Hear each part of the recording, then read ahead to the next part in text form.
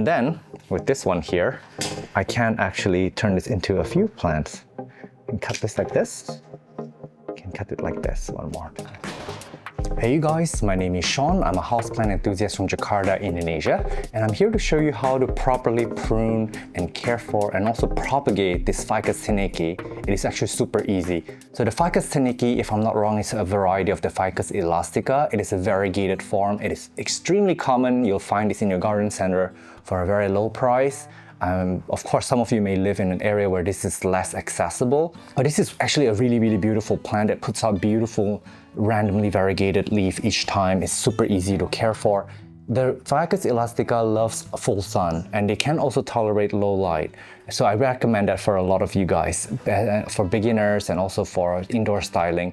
But the Ficus Tineke is actually a little bit more difficult to care for. It needs bright indirect light. If you give them full sun, the variegated edges might actually burn, but also if you put them in low light, they may revert. So with this plant, it can tolerate a lot of different potting media. I give burnt rice hull, perlite, worm casting on mine, and you water it when it's bone dry. This plant is a really drought tolerant plant, and it will rot for you if you keep watering it. You can let it sit in water, so it needs drying out period.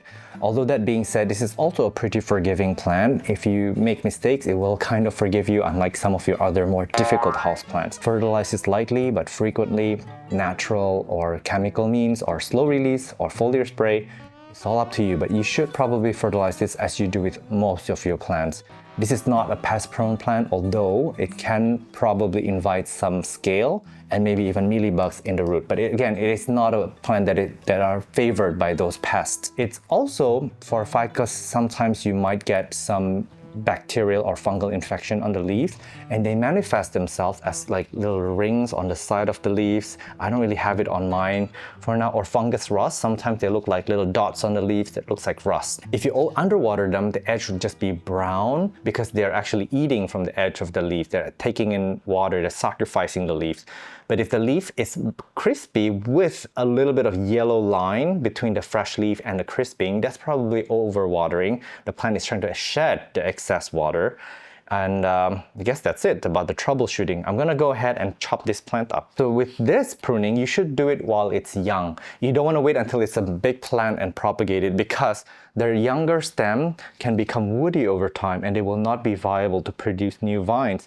Also, it'll be weird to have a lanky plant, and when you cut the top, it's just gonna branch out on top. You want your plant to branch out on the bottom. So do it today, don't do it tomorrow. So the anatomy is this: the plant is still alive when you make the cut, and the leaves that you keep on here will still photosynthesize and will still help the plant along. Oh, and I forgot to mention, they do bleed this like sap everywhere, and that's a good sign. That's a sign that they are healthy. Needless to say, you should always propagate a plant that is well fed, that is healthy, that is well fertilized. You don't want to propagate a plant that is sick. And then with this one here, I can actually turn this into a few plants. And cut this like this. Can cut it like this one more time. So this here is the top cutting. And the top cutting is the most viable because it will continue producing leaves from the top, while the bottom here, the stem, will produce roots. And I like to do this in water only because there's so many things going on now. It does need water to survive. And then with these ones, there are a few options. You can also stick this in water, and then the new leaf will come from in between here, in between the leaf and the stem. It will come out with a new leaf. You could also propagate this directly into soil, stick it in, and keep the soil lightly moist at all times, but do not drown it. So keep an airy potting media, or some people just stick it into soil too, that's fine. But again, the idea is to find a balance between being moist and not overwatering it, and also not letting it dry out completely for too long. Although this plant, if you leave this out in a table for like a few days, it will not die on you. This has a lot of water storage. I've prepared my potting media here. It is again just burnt rice hull, perlite, worm casting, and for this I'm just gonna stick it right here and at this depth. Don't plant it in too deep, but just keep it like nice and tucked in there. See, if the top of the cutting is getting some air, that's also fine. That's a good thing. So these are two that I'm gonna propagate in soil, and this one will go straight into water. give these bright indirect light. The cuttings still need to photosynthesize. Do not put them somewhere dark. A lot of you guys have a low success rate with these. And also for the water propagation, don't change the water out often. Maybe change it every 2 to 3 weeks. Welcome to a 6 months update. Now, you guys might be wondering, well, this is not very fast. It doesn't seem to be doing much. Well, the variegated versions of most plants, they take twice the time to propagate. This one that's been in water is rooting really well. It's actually got a lot of root. I should have put this in a potting media like months ago, but other than that, it's doing quite all right. Now, for the parent plant here, as you can see, we made the cut over here. I'm sad that they only put out one vine, which is very, very stingy of it. Look at how beautiful it is though. So it's put out a vine from where we made the cut. There's this potential for another vine. You see this sharp point here? There should be another active node. There's one way that we could increase the chance, and that's by making an incision right above here. Like a small cut, about 1/8 maybe, or 1/6 of the way into the branch. This will, how do I say this succinctly without confusing everyone? This will prevent the auxin from which is created on an apical bud to come down. The auxin actually prevents new vines from forming. Maybe I'm confusing you a little bit. Just trust me, if you make a cut up here above a node, it will activate that node and let it have potential to put out a new vine. So that's one way you can do it. But other than that, this is a healthy plant.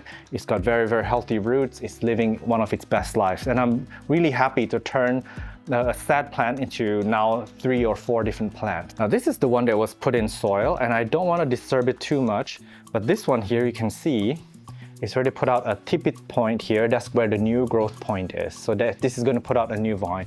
This one has well rooted.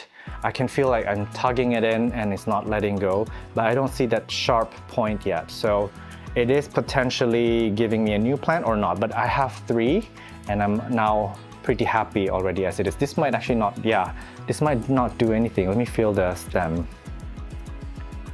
It's still hard actually. It's still doing okay. It's still rooting. But maybe this is a younger leaf, it's a smaller leaf, and it's just gonna take a bit more time. But yeah, these guys will probably take off in like, I don't know, another 3, 4, or 5 months. We gotta be patient with these, but they're so beautiful, aren't they? So we gave it another 6 weeks, and this is everyone. So this one here, as you can see, this is where we made the cut, and then it's grown out a new vine. And as you can see, the vine here, the latest stem is thickening up, which means that it's gonna start producing bigger leaves. And then this is the top cutting. We actually chucked it right back into the pot, so the top cutting is doing well and putting out a new leaf. This one actually did nothing, so I'm gonna chalk this up as a failure. And then this other one, this is actually putting up a new vine. Look at how beautiful that is. I love looking at the baby leaves of these. And this is going to suggest to me that this is not getting enough light. It's actually growing on a shelf with a bit of artificial light.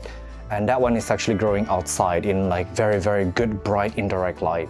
So when you have this, you definitely want to increase the light more. But what I'm gonna do is, I don't really have a ton of space for all these plants. So my end goal would be to just plant it all together. I'm gonna take this one out. I'm gonna put it all in one pot. Like so. 3 is a good number. I always go with odd numbers. 1, 3s, or 5s. I don't really like going with even numbers. I used to work in fashion, so I know that for like buttons and such, we usually go with the odd numbers. So I'll have these 3 growing in one pot, and it'll become slightly more bushy than this. And when this gets a bit taller, I might also give it another prune. I mean, now is probably a good time to start giving it a prune. If you realize in a lot of your Ficus elastica plants, whether it's the burgundy or the variegated, usually it just grows into one single long plant, and by the time you think you want to cut it, it might be a little bit too late, because when you cut it at the top where the stem is still fresh and young rather than woody, the shape of the plant would have been really, really off. So it's actually a good idea to trim them when they're this young. Check out my potting mix video. Also, if you want to see my potting mix, I have recently upgraded it and it's so much better than before. I use natural ingredients, and I also ferment it with a bit of ecoenzyme, with worm casting, and then also I use a little bit of beneficial mycorrhiza fungi. Check out that episode, it's really, really quite useful. Although you don't have to, any potting media will do. but this is just a bit of an extra. So yeah, now I have these 3 in a pot and I'm going to be growing this outdoors. Alright, thank you guys for watching, and if you've enjoyed these kinds of videos, please do send me a like, make sure you've subscribed, comment down below, and also if you want to go further to support the channel financially, you can join my Patreon at patreon.com/SeanFromOnlyPlants, or you can also join me as a YouTube member simply by opening any of my videos from a YouTube browser, and next to the channel name there will be a join button. This is for as small as a cup of coffee a month and really helps me out quite a lot. So thank you so much for those who have supported, and just by you watching this all the way to the very end, it really means a lot to me. Thank you, and I will see you in the next one. Bye!